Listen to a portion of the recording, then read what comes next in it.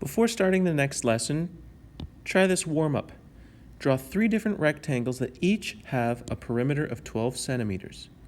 Then calculate the area in each of those cases, and then which dimensions give the lowest area, which dimensions give the highest area. Try this on your own and then check back in.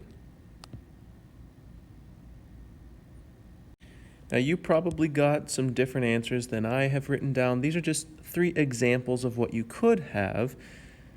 Here's a rectangle with a 2 by 4 centimeter side.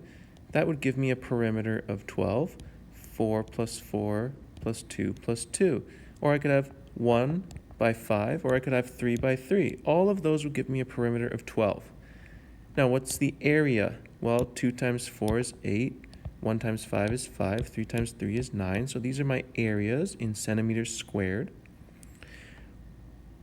What's the lowest area? Well, these dimensions give me the lowest area, and the highest area comes from these dimensions. So keep this idea in the back of your mind as we go through this lesson. This lesson's about the maximum area for a given perimeter. So you're going to be given a perimeter, that's the constraint, and you're going to have to figure out what are the dimensions that will give you the maximum area. Bob has 18 1-meter barriers to enclose his emu herd. What dimensions give the maximum grazing area? You can discuss this with a person near you, or you can work on this on your own, but basically I've made up this chart that you can use to get yourself started with different lengths that this enclosure could have. For each possible length, what width would the enclosure have? Remembering that there's only 18 of these 1-meter barriers to work with. For each case, calculate the area. And then you can decide which dimensions, which length and width pairing gives you the maximum grazing area. So try this on your own or with a partner, and then check back in to see how you do.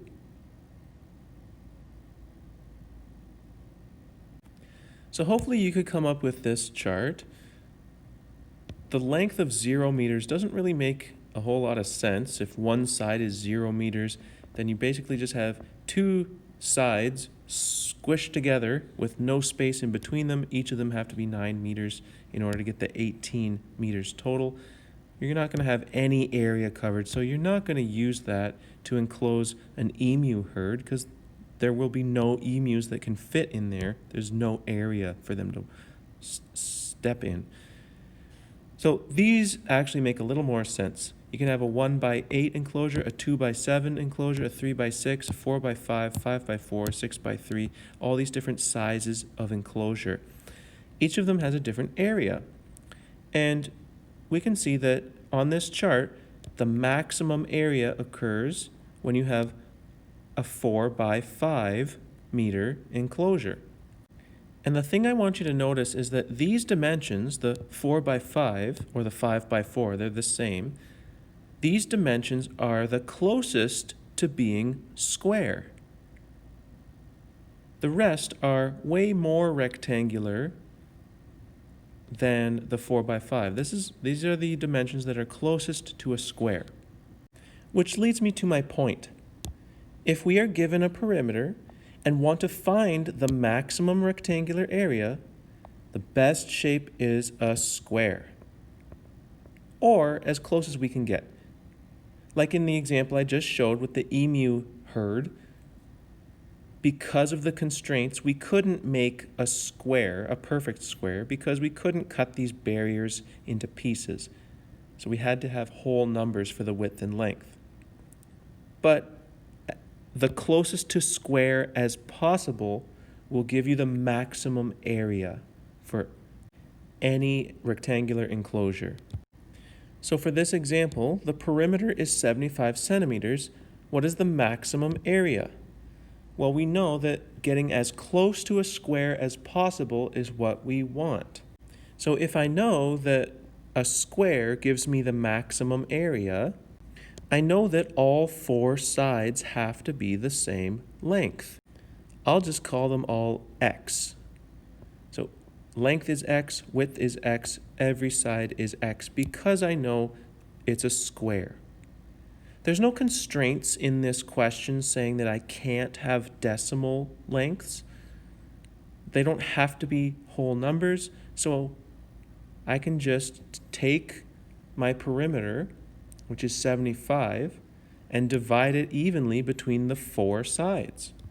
So when I do that calculation, I get x is equal to 18.75 centimeters.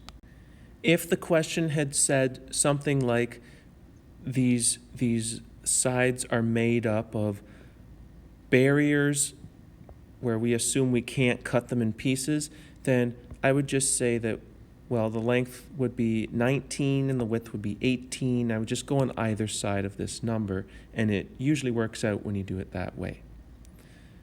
But I'm not done the question. It says, what is the maximum area? Now I need to calculate the area. Well, that's easy because I have the length, I have the width. I can calculate area. It's just x squared. So when I do the calculation, it ends up being about 351.6 centimeters squared.